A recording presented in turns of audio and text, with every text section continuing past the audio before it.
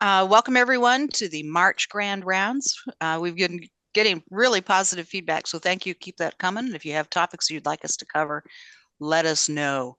Update on getting changes published to the AME guide. We are getting closer and closer to getting permission to start doing that again. So keep your fingers crossed that hopefully by April we'll have cracked that nut and begin to more routinely flow updates to you all.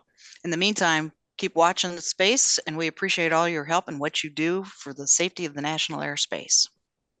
All right, Christy, back to you. Okay, thank you. So welcome to the first session of the March Grand Rounds. A couple of housekeeping items we want to talk about up front. First off, I'm Christy Risley. I work in the AME Education Division here at the FAA. We do have to disclose if we have any financial disclosures for our speakers. And this is our statement that no speakers have any prohibited relationships to disclose. Also, we will not be able to award credit due to our accreditation for watching and recording if this is made available at a later date. Our objectives for this Grand Round session are to discuss the FAA requirements for follow-up of calcium scoring and or coronary CT angiography. We're also going to summarize the medical reasoning behind this approach regarding prospective aeromedical risk assessment. And with that, I'm going to go ahead and turn this over to Dr. Greg Bendrick. Cool. I'll let you introduce yourself there, Dr. Bendrick. Sounds like a plan. I appreciate it. Thanks, Christy. We'll be talking about calcium scoring and coronary CT angiography. This isn't really any kind of a new policy or anything like that, as Dr. Northrup alluded to. Currently, things have to go to a fairly high level to get any approval for policy right now. So just to clarify, this isn't a new policy, but it is a clarification or a reiteration of what we've been doing more as a protocol than anything else over the past couple of years. In recent weeks and months, I guess, I've been getting a lot of questions about this. And so I figured it was probably a good topic to review. So here we are. You can go to the next slide, Christy. Okay, a little bit about myself, as if anybody cared. And if you haven't seen what I've done at the basic AME seminars where I go through this, but I'm currently medical officer here in the Aeromedical Certification Division. My role has actually changed somewhat a little bit here in recent months. As of the end of December, I became the physician trainer QA doc, and so I'm doing that full time, a half time for each of those, training and QA, and keeping very busy at both. And as a result, I'm doing less certification, but I'm still clearing EKGs and whatnot. And so that keeps me gainfully occupied. I'm also continuing to do medical appeals call, POD call, physician of the day, which I'm on call today. So keeping my feet in the game, so to speak. I've been here since 2017 here in Oklahoma City. I live here, come to work. I've been not doing any kind of remote work on my end at this point. But before that, I was 16 years with NASA as a NASA flight surgeon over at the what was then called the Dryden Flight Research Center, located on Edwards Air Force Base in California, Southern California. It's since been named the Armstrong Flight Research Center, named after Neil Armstrong, who was one of one of the original X-15 pilots out there. To me, it'll always be Dryden. That, of course, was the alternate landing site for the space shuttle when I couldn't get into Florida due to weather. We ended up doing 6 shuttle landings during my tenure out there. And we also did a lot of great airborne science and flight research that nobody seems to ever hear about, but they were kept very busy out there. Prior to that, I was 3 years in the private sector as an occupational medicine specialist down in New Orleans at the Ochsner Clinic. Before that, a little over 9 years in the Air Force, most of that time as a flight surgeon, a lot of it as a resident in aerospace medicine. I'm from the class of 96, RAM 96. And just FYI, prior to coming to the FAA, I'm not allowed to be an AME working at the FAA, but prior to that, I was an AME for 26 years and 19 of those years as a senior AME. So I've been on the receiving end at the, AME seminars and stuff, and on, the receiving end of getting guidance and trying to implement that in an office setting in a clinic. And so I definitely empathize with everybody out there. We're trying to help support you all as much as possible. As Dr. Northrup said, I mean, I used to think it was just lip service, but the AMEs really are the front line. I mean, you're where the boots meet the ground, so to speak, in terms of aviation safety. And we are the advocates for safety of the national airspace. Everybody else has their own advocacy group. We're the only one advocating for public safety of the national airspace. So it's really an important job, which I would echo Dr. Northrup's thanks to everybody for doing this. So having said that, we'll move along. If you can go to the next slide, Chris. Yep. So a little bit about calcium scoring. Prior to my current job, I worked in the medical appeals workflow, and for several years actually was the team lead for that. That workflow covers a lot of your cardiac conditions, such as coronary artery disease that gets revascularized either by stenting or by surgical bypass. And over the years, we would get calcium scores that would come our way. A pilot sees a billboard or something and decides to get a calcium score because he wants to get screened. And most of these folks are male, and so I'll generally tend to use the term he.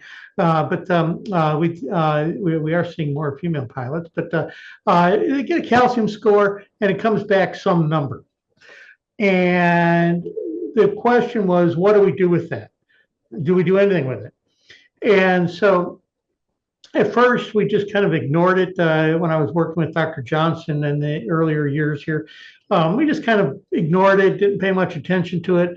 If it was higher, i.e. over 400 or so, we might ask out for a narrative from a cardiologist regarding any kind of further testing that they felt might be indicated, and take it from there. Well, over the years, we started seeing more and more calcium scores, particularly in more recent years, where they were done in conjunction with coronary CT angiography, which is unlike a cardiac cath where they go into a cath lab and do a catheter into the heart to inject the dye into the coronary arteries. The coronary CT angiogram, you start an IV basically, and you inject it peripherally, and then a fast CT scanner will then basically take CT scan pictures, if you will, of the heart and look at the vessels that way. And so with that, with the coronary CT angiograms, as I understand, they can all do calcium scores with that. They don't always report the scores, but nowadays we're often seeing calcium scores in conjunction with coronary CTAs. And so the question is, what do we do with that? And that's where we've started having some discussion with our cardiologists, mainly in the context of the cardiac panels that we would have every other month here. And eventually came up with the current protocol. And just to be aware, with the calcium scoring, calcium, it measures the calcium. I mean, in the old days, we'd look at a chest X-ray, and if you could see calcifications of the coronary arteries, we figured, well, they had, coronary artery disease. Well, this is a more advanced way of looking at that and quantifying it, and it reflects the calcified plaque. But what it doesn't reflect, and this is really important to understand, is that it doesn't reflect the soft plaque that can be actually what ends up causing a sudden cardiac death. As one of our cardiologists is fond of saying, it's the soft plaque that kills you. mainly through plaque rupture and sudden cardiac event. And so, although calcium scoring is good in the sense that it gives you a risk assessment, it's an indicator of coronary artery disease and not an absolute measure in and of itself. To some degree, the coronary CT angiogram will help with that, but it has its technical limitations, and we'll talk a little bit about that. The issue is with the calcium scoring, the Agatston score, as it's called, named after Dr. Agatston, the higher scores, particularly those above 400, have been associated with what they call major adverse cardiac events. This means chest pain, anginal type chest pain that basically forces somebody, even a pilot, to go to the emergency room, or myocardial infarction, and or sudden cardiac death, which is a pretty clear and hard endpoint. And so there's a significant increase in risk with the higher calcium scores. Above 400, you're looking at annual rates, and there's many different papers out there that look at this, and I won't go through all that, but you're looking at annual rates that are, upwards of 5% per year. Now, people argue, well, that's not the pilot population and blah, blah, blah, blah. Well, I would actually argue back on that and say, well, maybe it is more reflective of the pilot population than we'd like to think. But these scores, this is one of the few times where we actually have a prospective risk indicator regarding potential sudden or subtle incapacitation for a pilot in flight. So we finally got to the point where we really need to look at this and do something with it. If you can go to the next slide, Christy. And so, as I mentioned, get a score 0 to 100. We consider low risk. It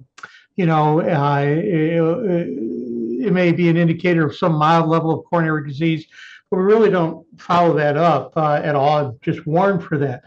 1 to 400 is a moderate risk, and we want to do some reasonable assessment, but not too invasive because of cost as well as potential risks of an invasive test. Above 400, for the reasons I've mentioned, we really need to get a better assessment of that. And after a lot of discussion with our cardiologists over, like I said, several cardiac panels, a couple of years ago, for first and second class pilots, the consensus pretty much by everybody was that they really need a cardiac cath at that point. And that's the big thing that the FAA does. If you get a class 1 or class 2 pilot, this is the take home point right here. Class 1 or class 2 pilot, calcium score over 400, they got to get a cardiac cath. They don't have to get a nuclear stress test or any kind of a stress test. They got to get a cardiac cath. So just go straight to cath. We don't need them to go to the stress test first. Some of the cardiologists will still do that, and that's fine. But we got to have a cath. And if they push back and, well, we're not, my insurance company won't pay for that, or, blah, blah, blah, the cardiologist says, well, there's no clinical indication, and then, I'm facing potential malpractice liability if I take this individual to cath without an indication. Not a problem. I mean, frankly, we're not going to issue that pilot a certificate. So we're going to deny or disqualify the pilot. And for reconsideration, class 1 or 2, you need to get a cardiac cath. And with that, then the cardiologists say, okay, now I have an indication to bring this individual to cath. So if you go to the next slide, please, Christy. Thanks. So people say, well, can I get a coronary CT angiogram in lieu of a cath? Especially now with the machines which are more technologically advanced that can do that. And as I mentioned, nowadays that's often performed in conjunction with the calcium score. It wasn't done that way a number of years ago, but nowadays we're seeing that more and more. And as I mentioned, radio-opaque dye is injected peripherally, and the CT scanner does the images to look at the coronary arteries. This does give you some indication, some view of the soft plaque, and it does give you an estimate of coronary obstruction. But due to a variety of technical issues, it is not the same as a cardiac cath. So it's like any test. If it's absolutely normal, okay, we can take that. If it's absolutely, significant, near total obstruction and multiple coronary arteries, okay, well, that's pretty much a no-brainer. You're going to go to cath anyway. But of course, what we get back is always something in between that. And so what do we do? Part of the problem here is that a couple things. One is the timing of when you inject the radiopaque dye. From what I understand, I've never done one of these myself, or had one done on me. But from what the cardiologists tell me, the timing is critical from when you inject it to when you actually do the CT scan. And technicians that have been doing this for many years, they got the timing down pat. However, if it's a technician who's, it's their first day on the job, that timing may not be so good, and as a result, the quality of the imaging will go down. Secondly, if the cardiologist is able to look at the raw data and manipulate that data using the proprietary software from the CT company to rotate this in 3 dimensions and look and move up and down the coronary artery and take the measurements, look at the plaque obstruction there, then that's pretty good, pretty reliable. Unfortunately, what we often see is the technician will actually look at the images, will take slices or cuts of the artery at various points, take those as pictures, and then send them to either cardiologist or sometimes a radiologist, whoever's covering that workflow for that hospital. And then the cardiologist or radiologist looks at those pictures and makes an assessment of the degree of obstruction. However, the technician may not have gotten the artery at the highest point of obstruction. Sometimes if you move up or down the artery, you'll see something significantly different. And so that's another limitation technically on this. The third thing is that we ourselves here at the FAA cannot look at the imaging and assess for ourselves as a QA or as as an independent party looking at this like we can with caths. With cath imaging, we get the imaging, the video imaging on DICOM format, and then we look at that, and the cardiologist can look at that and say, yeah, I agree with that, or no, I don't, that whoever the cardiologist was way off on it. But we can't do that with a coronary CT angiogram. We can get the imaging in DICOM format, which means we'll get like 2,000 slices of the imaging, but we can't assemble it together in a 3D workflow like you can with the proprietary software, because we don't have the proprietary software that the CT scanner, the company, mostly GE, has. And so we can't double check that. So those are some of the technical limitations. So with the coronary CT angiography, so although a CCTA can give you some information, and if it's markedly negative or markedly positive, okay, well, that helps direct guidance. If it's somewhere in between, it really creates more questions, just like the calcium score. If you can go to the next slide, Christy. Now, the plot thickens, okay? So there's something called fractional flow reserve. It came into fairly common use in the cath lab with the invasive cardiac caths a number of years ago. And what this is, for those who aren't extremely familiar with this, you look at a lesion in the cath lab, and you inject the dye and you see a lesion. Somebody said, well, it looks like it's 60% lesion. And another cardiologist said, well, no, that's clearly an 80% lesion.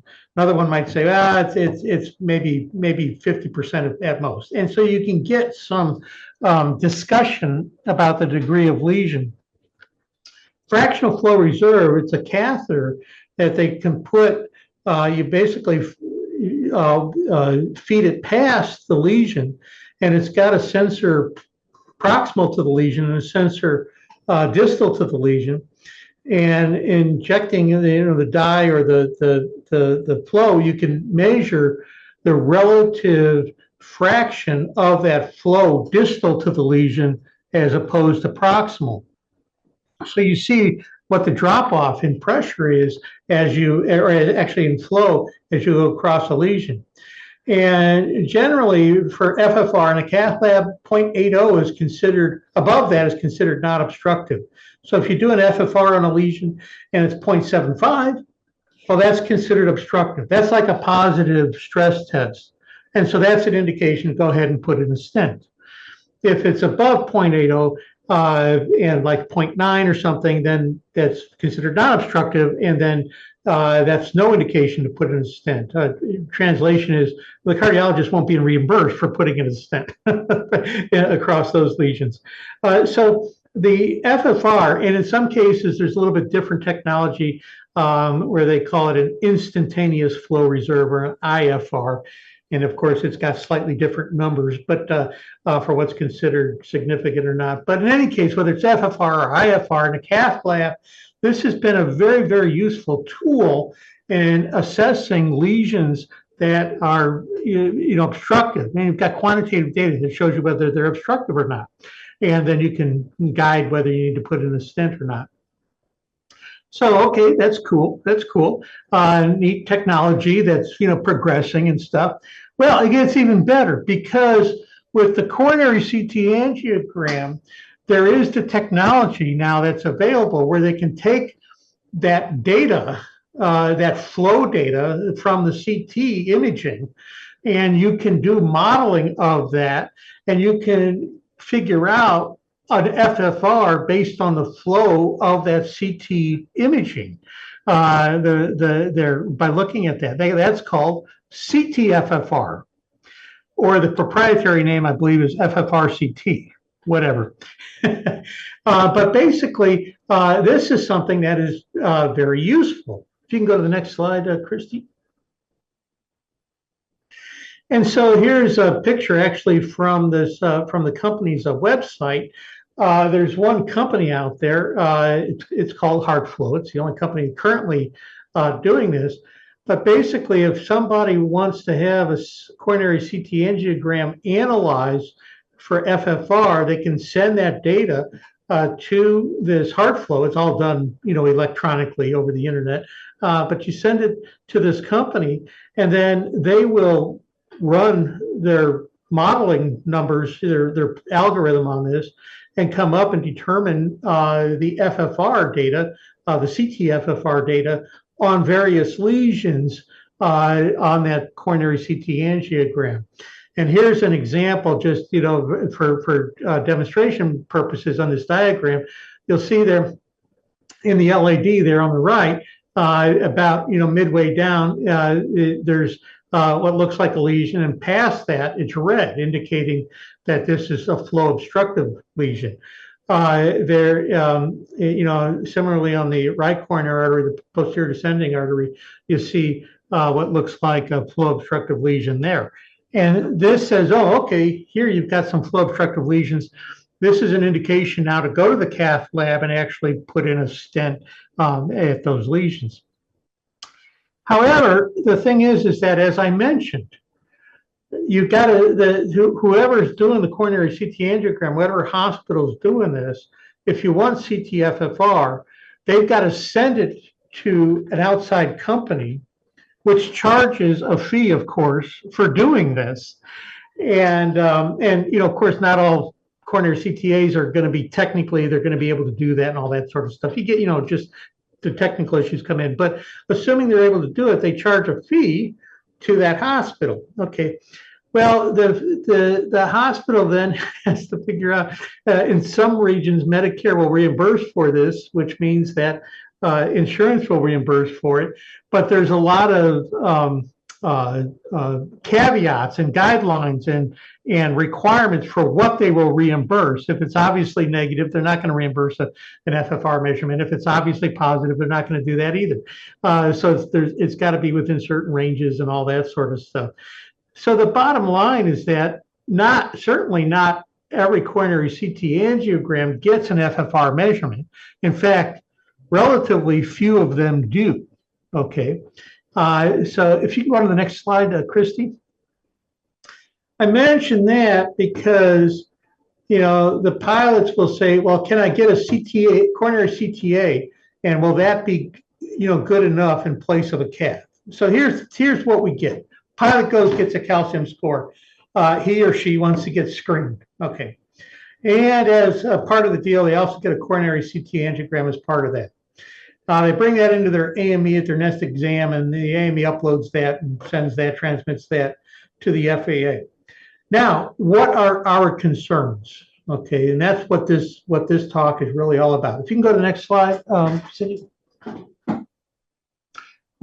Christy, not Cindy. I work with Cindy, Dr. Gressel, who's now in charge of medical appeals. I work with Cindy all day long, and it's Christy who's here in education. So note to self, my brain is waning, as anybody can tell. So this is this is what we've put together as a protocol for how we're going to answer that question of how do we deal with this data. So as I alluded to earlier, on the left side there, you got the calcium score, first, second, or third class. If it's under 100, we just warn for that. We're not going to follow that up or anything like that.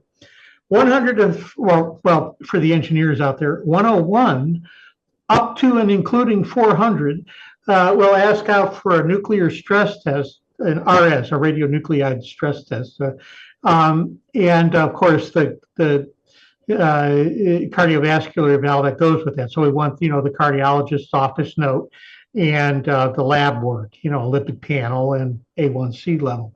So that goes with that. But I'm just note that as RS because that's the main thing. Just a reasonable approach. Make sure there's not anything obstructive here. Now, on the third class pilot, we'll ask for an RS.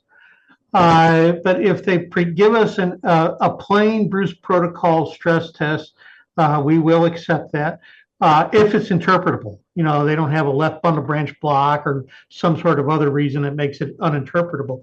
But if it's interpretable and it's negative, we'll accept that. But we really prefer, in terms of aeromedical risk assessment, to get the nuclear stress test, if at all possible, in the third classes. And we definitely require it on first and second class. And of course, if the nuclear stress test is positive, then yeah, that's an indication to go to cardiac cath. Because they've got ischemia. Now, if their score is over 400, the traditional plan or approach was, yes, they got to go to cath. But with the advent of the CT-FFR capability, we will accept a coronary CT angiogram with the CT-FFR. And of course, assuming the CT-FFR shows no obstructive lesions. If they're obstructive, well then, they're going to go to cath anyway and get revascularized. We do not accept a plain coronary CT angiogram in place of a cath if the score is over 400. So that really needs to be emphasized. It's either a cath or a coronary CTA with the CT-FFR on that. Now, on the right side of this little chart here, this is for the coronary CT angiography results. This generally doesn't seem to be much of an issue because if they've got multi-vessel significant disease on the coronary CT angiogram, virtually all of them end up going to cath. So that's the orangish color and the red color on that right side of the graph.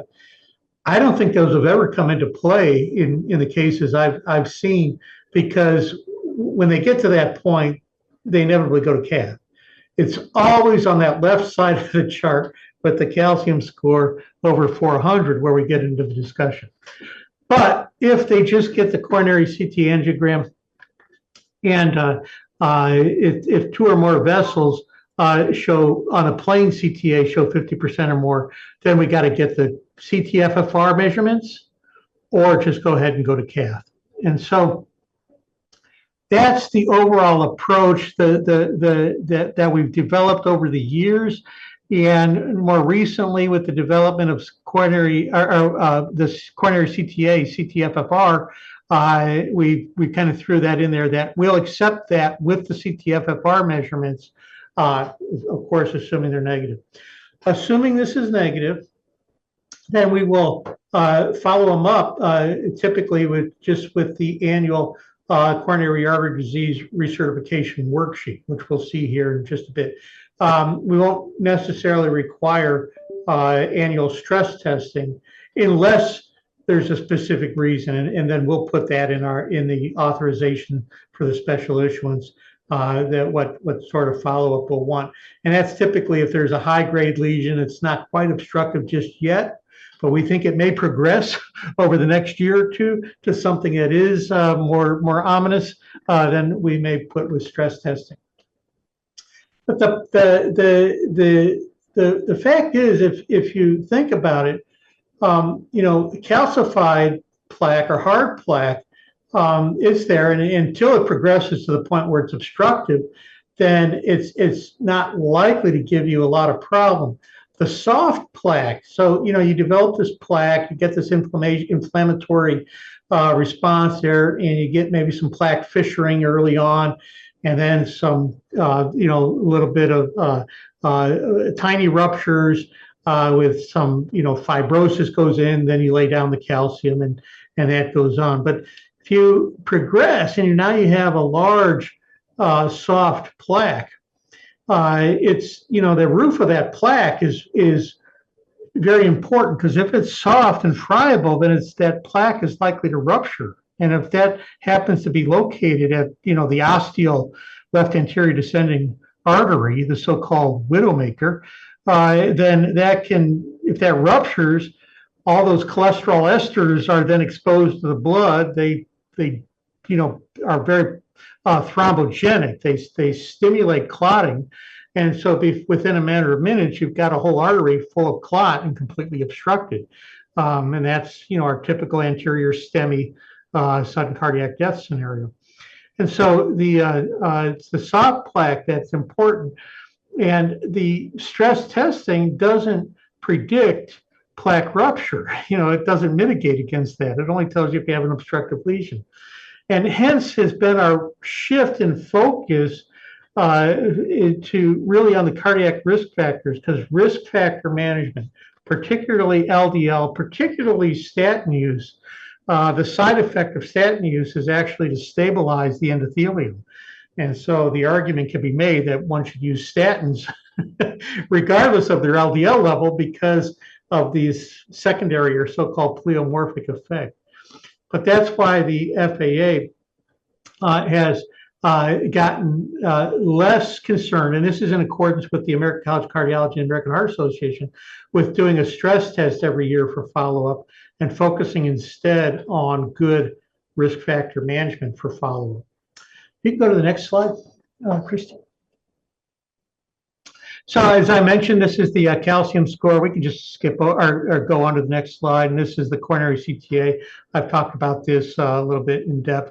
And this is what we had at the bottom of that sheet, following up typically with the CAD worksheet, unless there's some reason why we want to do stress testing for at least for a couple of years. Next slide.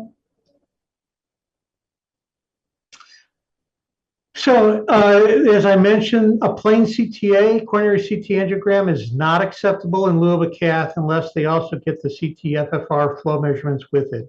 So if that's sent and we don't have the CT-FFR flow measurements, then we're going to deny that certificate until we get either a cath or the CT-FFRs. The usual follow-up, as I mentioned, is the recert worksheet. If we do need to do stress testing, usually it's going to be the 1224 protocol, a plain Bruce protocol 1 year, and a nuclear stress test next year, exercise nuclear stress test, but that'll be in the special issuance zone. Next slide, please. And here's that recert worksheet that we've developed. It went into implementation almost a year ago now, May 29th of last year. And this was after we had a cardiology roundtable here where we reviewed some of these policy questions and reviewing what the American College of Cardiology recommends in terms of clinical practice guidelines, American Heart Association, and just active cardiologists, what seems to make sense, particularly with prospective aeromedical risk assessment. Keep in mind, clinical cardiology, you're dealing typically with problems. Patients come to the ER, come to the doctor with a problem. You diagnose what the problem is, you treat it, and you move on. Well, with aeromedical risk assessment, we have to look into a crystal ball, so to speak, and figure out what's going to be going on with this pilot over the next year or so, the time limit typically for our special issuance, and are they significantly likely to have a sudden or subtle incapacitation? And with that, we've gone to, as I mentioned, the risk factor assessment. There's some references there that are hyperlinks on the form if you want to look them up, but we really want to see the blood pressure. We want to see the LDL level calculated, or direct if they got it, but calculated is fine. And for follow-up, we really want that the clinical practice guidelines are for 70 or less. If they're going to Mayo Clinic, Mayo Clinic drives it down to 50 or less. But for aeromedical risk assessment purposes, we really, really want to see it below 100. If it's 100 or more, then we are much more concerned about progression of any disease. And at that point, we are going to be asking for stress testing. And until we have some assurance that the progression of the disease has been adequately addressed and mitigated. And we also want an A1C level, even if they're not diabetic and they're not on medication for diabetic, we still want that A1C level. This may be where they end up getting diagnosed as diabetic or pre-diabetic because it's the first time they get an A1C level. But we definitely want that, even if they're not diabetic. And of course, if they are diabetic, we certainly want that. We want all the medications that they're currently on, not just the heart medications, but all medications. And if you can go to the next slide, Christy. The lower part of that, we've just got some basic questions, just like a checklist. Are they on the guideline-directed medical therapy in terms of risk factor management? And that's in those guidelines there that you can click on and pull up, but that's pretty much, a statin and an aspirin if they're tolerated. If they can't tolerate statins, then there's a stepwise approach for other medications to include the injectables. Are the risk factors under control? Have they been asymptomatic? Is their functional capacity remained stable over the past year? Have they had any new events? And then at the last question is, do you have any, and this is for the cardiologist namely, do you have any clinical concerns about this patient? We refer to pilots, but cardiologists call them patients. And so we say patient. And if they say no, they just sign and date that, send that in, and we're good. We're good with that. They're under appropriate clinical care, which translates into good aeromedical risk mitigation, and we are good with that. If the pilot says, I'm not going to take statins no matter what you say, okay, fine. But if the LDL is over 100, like I say, we got concerns about progression, so we're going to be following a little bit more closely, namely with stress testing in those cases, and really, really wanting to see on if they truly can't tolerate the statins, then to get on one of the injectables at that point. But we need to see some sort of mitigation, or else we need to follow them more closely. Next slide, please, Christy. All right, we are at 2 o'clock or 1 o'clock, sorry, 1 o'clock Central. So we're going to go ahead and stop here. We'll hopefully be able to send out some, I'll look through the rest of the questions and send out answers if we need to. But Christy, back to you. Okay, just one last shameless plug that we always show during grand rounds. If you have suggestions for AME guide improvement, you can send an email to ameguide@faa.gov. Please do keep in mind that this box does not answer any case questions. And finally, just a reminder for CME credit, if your full first and last name were displayed throughout the Zoom session, you are eligible to request a CME credit. Send your email to amenotifications@faa.gov. Linda has dropped all of this in the chat as well. Be sure and include the subject line of March Grand Rounds CME request. Include the name that you'd like to appear on your certificate, whether you're an MD or a DO, your AME number, and which session you attended. This is session 1. And as a reminder, CME credit will not be given if we are able to upload this recording at a later date and you're watching the recording. So that's all I have for now. FAA staff, please stand by to go into the breakout room. For everyone else, thank you for attending. We truly appreciate everything that you do as an AME. Have a great day.